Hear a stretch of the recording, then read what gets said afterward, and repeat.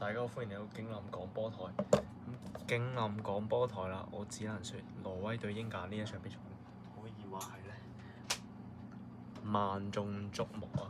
咁我原本咧想揾多幾個老友嚟陪我一齊講波啦，但係可惜嘅係咧，我冇呢個機會揾人同我一齊講波，因為冇人想受邀請有我嚟我嘅頻道一齊去講波，我係冇辦法相信嘅。咁我哋快速 loop 一下呢個我哋嘅挪威呢幾場打成點啦？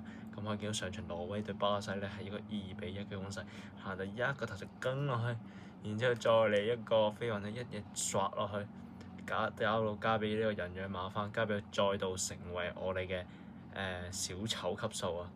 無論係喺呢一個嘅歐聯決賽啦，一嘢飛咗上去打呢一個嘅橄欖球啦、高爾夫球啦，同埋呢一個最係足球以外籃嘅球啦。佢都係能夠成功入球，但係唯獨是係入唔到永遠嘅12碼，佢嗰球失咗，非常之傷啊！而到今場咧，佢依舊係成為一個罪人啦，係俾夏蘭特狠狠咁樣攻入去啦，就係咁撚 easy、咁撚 firm、咁撚容易咯。然之後到另一球係冇得鬥氣一個世界波級數，夏蘭特一嘢轟落去，令到巴西球員人仰馬翻啊！再度係俾人少少通佢一波，就係咁撚輕鬆。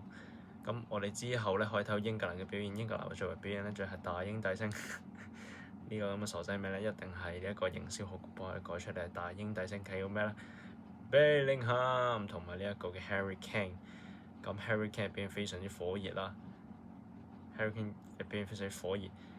我哋可以見到佢嘅射門觸角啦，佢咁低頭嘅數，咁樣就入咗啦，就係咁撚 firm 咯。然之後貝林漢嘅一個好快速嘅入球啦，兩個入球，一個頭一個腳仔，就係咁簡單啦。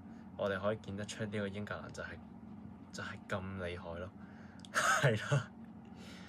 但係即使咁厲害都好，我依然係相信夏蘭特咧係有一個愉快夜晚啦，可以喺5點度咧係旗開得勝嘅。所以我呢場預測咧，挪威將會係一個2-1嘅比數咧係 KO 英格蘭嘅，因為夏蘭特就係咁強咯。